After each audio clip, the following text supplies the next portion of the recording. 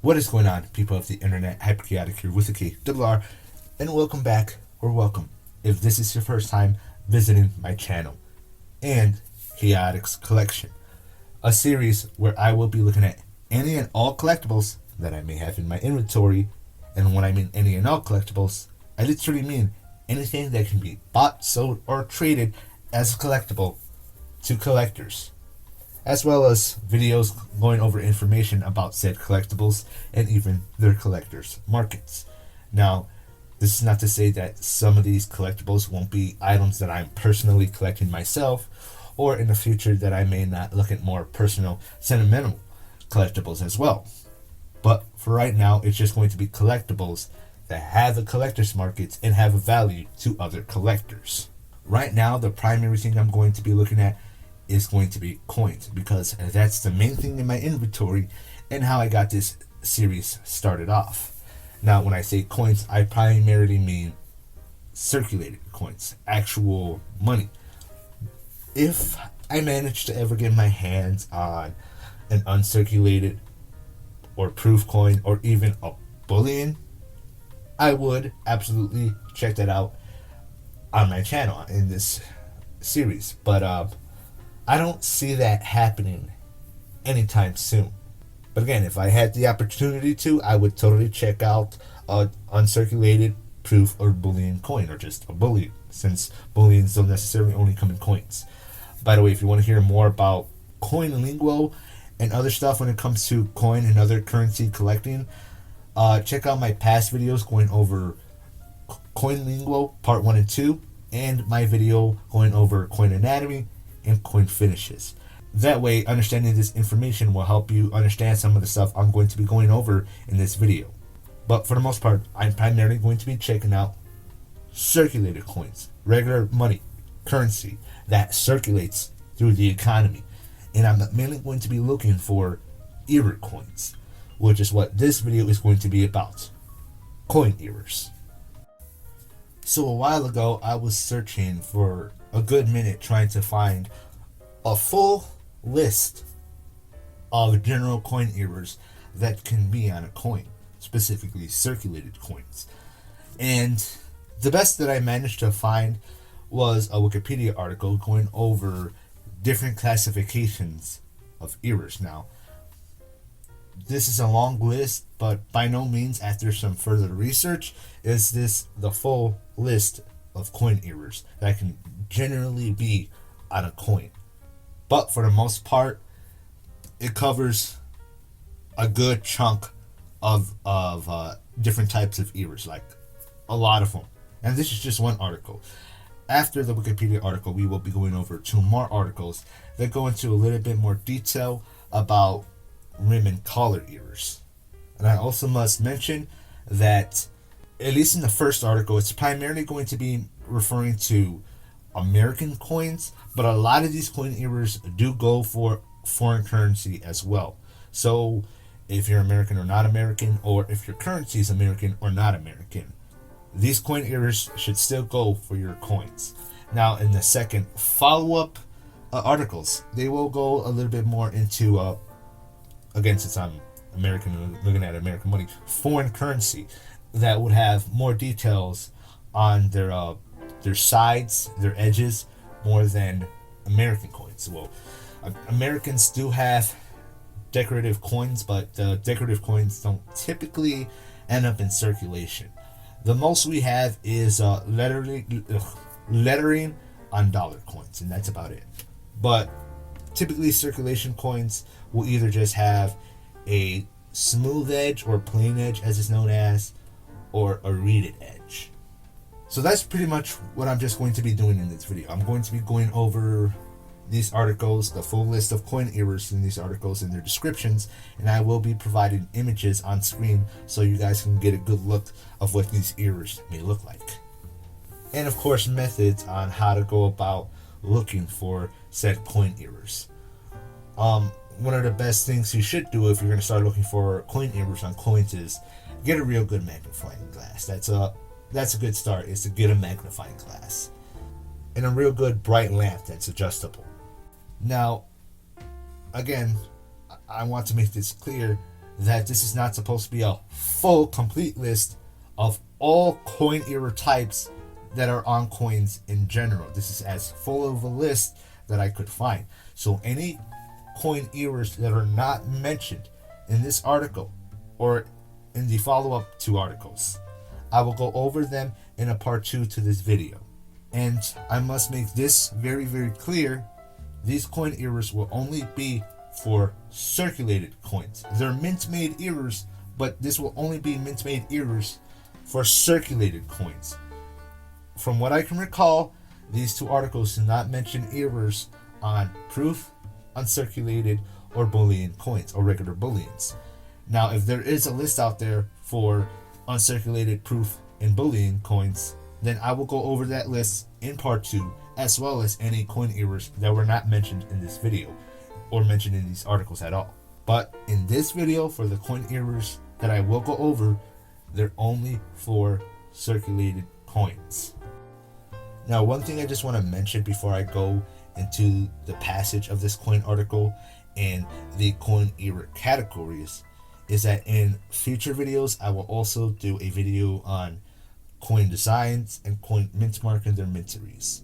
And eventually I will do a video actually talking about the coin market in general and why people collect coins and other form of currency. But for now, future content to come will be a video on coin designs and then coin mint marks and their minteries. And in between or right after those 2, I might do some videos looking at some circulated coins. Now, a couple more things I just want to mention about these articles before we get right into it is I'm actually going to have screenshots of these articles up on screen. For the last 2 articles, I'm going to have PC screenshots. But for the Wikipedia article, I'm going to have mobile vertical screenshots. And the reason why is because a lot of these descriptions already have an image for them. Not all of them, but some of them. However, when you look at them on PC browser versus mobile browser, they don't really line up with their descriptions properly, whereas on mobile, they do. They properly line up with their description, directly right above their description. Image, title of error, description. Image, title of error, description. Plus, with the empty spaces on the side, I can add extra images for extra examples and any additional information I may feel necessary to add. And again, not all of them have images, so there you go. I can add in the images that are missing for some of these errors, and I will still be adding extra examples. And the other 2 articles do not really have images themselves, but with the way they're typed out, I could just throw in some images and not have to worry about it disturbing the information. Whereas it's just better if I get them vertically on mobile for the Wikipedia article. Not just for that, but I can add way more stuff and not disturb the information. And since it's really just going to be talking about edges of coins, they're going to be very, very thin images. So again, I don't really have to worry about them, blocking any information. Now with all that said, let's go ahead and get right into it. I'm going to read the passage of the first article, and then we'll get into the very first coin error category. Mint-made errors are errors during the minting process. Groups of coins with distinctive characteristics are known as varieties. The term variety applies to coins with both intended and unintended differences, while the term error refers only to coins with unintended differences. Nevertheless, not all errors are varieties. Although there may be many identical examples of some errors, others are unique. For example, there may be many indistinguishable examples of coins with a specific die crack, while off-center strikes tend to be unique. Being unique does not mean that an error is valuable. Although no other coin may be similar to a coin with an off-center strike, off-center strikes happen often enough that buyers can choose from many examples, each of which varies slightly from the other. Mint error coins can be the result of deterioration of the minting equipment, accidents or malfunctions during the minting process, or intentional interventions by mint personnel. Accidental error coins are perhaps the most numerous, and in modern minting are usually very rare, making them valuable to numismatists. We'll get into what that word means in a sec. Intentional intervention by mint personnel does not necessarily include a deliberate attempt to create an error, but usually involves an action intended to improve quality that miscarries and creates error coins instead. So in the process of trying to be a perfectionist, they end up fucking up the coin a little bit more instead. Errors can be the result of defective planchets, defective dies, or the result of mistakes made during striking. The planchet, die, and striking or PDS classification system happens to correspond with the mint marks of the three largest U.S. mints, Philadelphia, Denver, and San Francisco. Not all errors fall neatly within the categories. Sometimes design elements are missing from coins because die crevices are filled with grease. Labels used to identify specific categories of errors sometimes describe the cause of the error: die crack, rotated die, clipped planchet. Other errors names describe what the viewer sees when looking at the coin: wavy steps, trails, missing elements. While others have names that were adapted for use: mule, cud, brockage. The result is that some errors are known by multiple names. Failed die errors are also known as missing design element errors and as strike-throughs. As is noted below under the discussion of missing element coins, some errors have multiple causes. A rare error that sold for $5,462.50 on Heritage Auctions in August 2010 is an undated U.S. nickel struck on top of a 1965 centavos. Foreign coins struck on a U.S. coin planchet or vice versa are very uncommon and hold a high value. Authentic error coins should not be confused with coins that are damaged after being minted, which is known as post-mint damage. So, yeah, any damage that happens afterwards is not an error. That's just typical wear and tear from being used as, well, currency. Now, let's go over what a numismatist is. So, numismatists are people who participate in numismatics. What is numismatics? Numismatics is the study or collection of currency, including coins, tokens, paper money, metals, and other related objects used for trading and payments. Specialists, known as numismatists, are often characterized as students or collectors of coins, but the discipline also includes the broader study of money and other means of payment used to resolve debts and exchange of goods.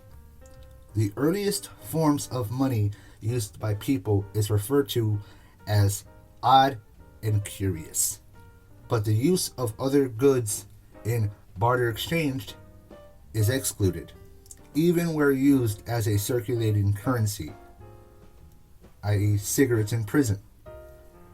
As an example, I'm not sure if I'm going to pronounce this right, the Kyrgyz people, I apologize if I'm mispronouncing that, but the Kyrgyz people used horses as the principal currency units and gave small change in lambskins. The lambskins may be suitable for numismatic study, but the horses are not. Many objects have been used for centuries, such as cowrie shells, precious metals, cocoa beans, large stones, and gems, such as gemstones. Now let's get into the very first coin error category. This category has 6 errors mentioned for this one. Now, before I get right into it, I just have to mention this real quick after double checking the article. The images, they're still lined up with their proper descriptions, most of them, but instead of being right below the descriptions like last time I checked, now they're above their descriptions. And for the ones that are not properly lined up with their description, they're still properly labeled at the very least, so there is going to be no confusion whether or not a specific image is for the specific description it's above. But for the ones that are not properly lined up with their description, I'm still going to just cut them out and put them to the side of their proper description. Now let's get into this very first category. Plantchet Preparation Errors. Mints purchase long strips of metal which are fed through planking machines that punch out discs known as blank planchets, or simply as planchets or blanks, so a blank coin, on which coins are struck. This determines the size and shape of eventual coins. Blank planchets. The punched discs are first known as Type 1 blanks or planchets. After an appending mill adds uniform rounded rims, the discs are called Type 2 blanks or planchets. Occasionally, Type 1 and Type 2 blanks aren't further processed and enter circulation. Type 2 blanks may also be considered striking errors as they are prepared correctly, but are released without having been struck. So even though they went through all the necessary preparations, they didn't strike them. So technically out there should be some blank planchets or blank coins out there in circulation. So blank planchets in of themselves aren't the error. The error is when they put them into circulation without properly stamping them or striking them first. On to the next error. Clipped planchet. A misfeed can occur when the metal strip is fed through the blanking machine. The punches sometimes overlap the leading edge of the metal, producing a straight clip.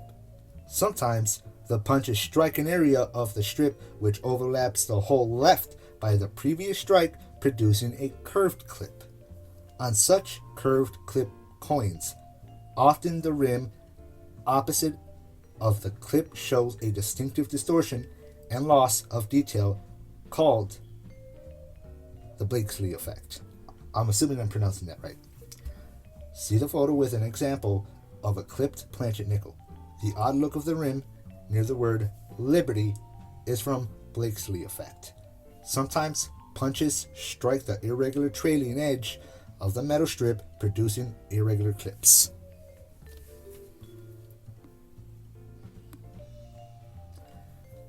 Next error. Improper planchet thickness. Coins are sometimes struck on planchets that are either too thin or too thick, producing underweight or overweight coins. This can be because the equipment settings cause the metal strip to be rolled to an incorrect thickness, or because the metal strip was intended for another coin denomination, such as a quarter planchet cut from a metal roll intended for dimes. Now I'm going to reiterate what I said earlier in this video. The Mint does not want circulated coins to end up in the hands of collectors.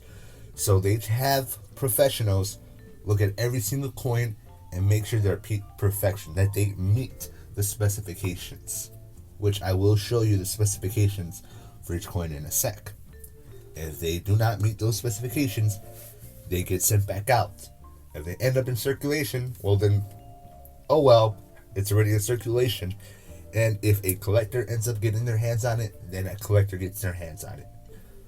But they don't want that. They try to avoid sending it out in circulation. So, when you check your coins, you just want to see if it matches any of these specifications. If not, then that is technically an error coin. Now, a great way usually to tell it's an improper planchet or just wasn't mushed right or whatever the heck may be, just by simply looking at the coin first. Look at its details. Look at the rim, because sometimes the rim wasn't completed. Just look at the coin in general. Look how thick or weird or long it might be compared to a regular other coin. If it's a weird looking dime compared to a completely normal perfect dime. If it's a weird looking quarter, if there's something off about it, compared to a completely perfect, fine looking quarter, or just a regular circulated quarter. But if there's nothing that you can see visually with the naked eye, then that's when you want to pull out a ruler or measuring tape and measure its diameter, as well as a miniature scale to measure its weight. Is your dime worth $7,000? Well, let's find out right now. Don't forget to like and follow. If you're watching this, take out your dimes. The dime to my left is a silver 1964 dime. To my right is a regular 1965 dime. Every dime from 1964 or older is 90% silver. Each one is worth at least a couple dollars.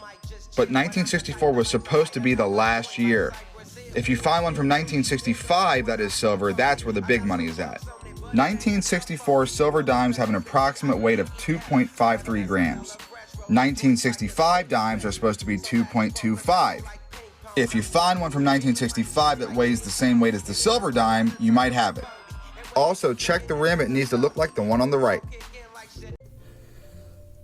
Now, here are the specifications for each individual coin. When I do talk about those other currencies in the future, I will include their specifications. I don't know, maybe I'll do a specific video going over their specifications. But for right now, here's the specifications for US coins provided by the US Mint website.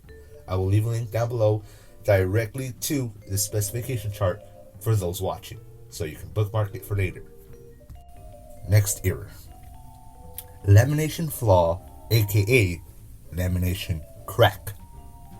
A lamination flaw is a Plantchet defect that results from metal impurities or internal stresses. Lamination flaws cause discoloration, uneven surfaces, peeling, and splitting.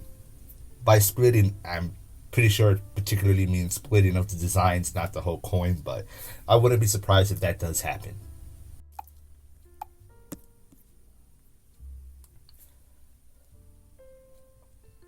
Next error. Split planchet. A split planchet coin error occurs when, during the preparation of the planchet strip, impurities such as gas, dirt, or grease become trapped under the surface of the metal blank, creating a weakness or lamination defect. This area of the metal will be weaker and may flake, peel, or split because the adhesion is poor where the foreign material is. Split planchet errors are normally restricted to planchets composed of a solid alloy, such as US cents and nickels and the Australian 50-cent coin. Now, real quick before I continue on with this description, joining Aussies who may be watching this video, if there are any out there watching this video, what do you call your 50 cents, just out of curiosity? Like how we call our 50 cents half dollars here in the US, what do you call your 50-cent coins? Do you call them half dollars too? Do you have a different name for them, or is it literally just 50-cent coin? I'm curious. Let me know in the comment section down below. Oh. Split planchet errors should not be confused with separation errors, which only affect clad and plated coins. Separation errors are bonding errors, not alloy errors. A split can occur either before or after the coin is struck. The descriptive terms split before strike and split after strike are used to distinguish the respective types. A split before strike will show design on both sides of the coin, have coarse-to-fine striations, and will usually be weakly struck. A split after strike will show a normal strike on one side, but will have a rough design-free surface on the other side, and will always weigh less than a normal planchet. Okay, and as you can see here, we got two examples for both of those types. And I want you guys to notice, for those who may be new to me, I want you guys to notice that it refers to the left image as the obverse side and the right image as the reverse side for each of those coins. Now, for anybody who already knows this or already has seen my past chaotic collection videos, you already know what this means. But for those who are new to me, obverse refers to the front side of the coin, aka heads. Reverse refers to the back side of the coin, aka tails. A 1963 Lincoln cent struck before split Plantchet error. Note the weakly struck obverse left and striations on the reverse right. Next example. A 1963 D Lincoln cent struck after Plantchet error. Note the normal strike on the obverse left and the lack of design on the reverse right.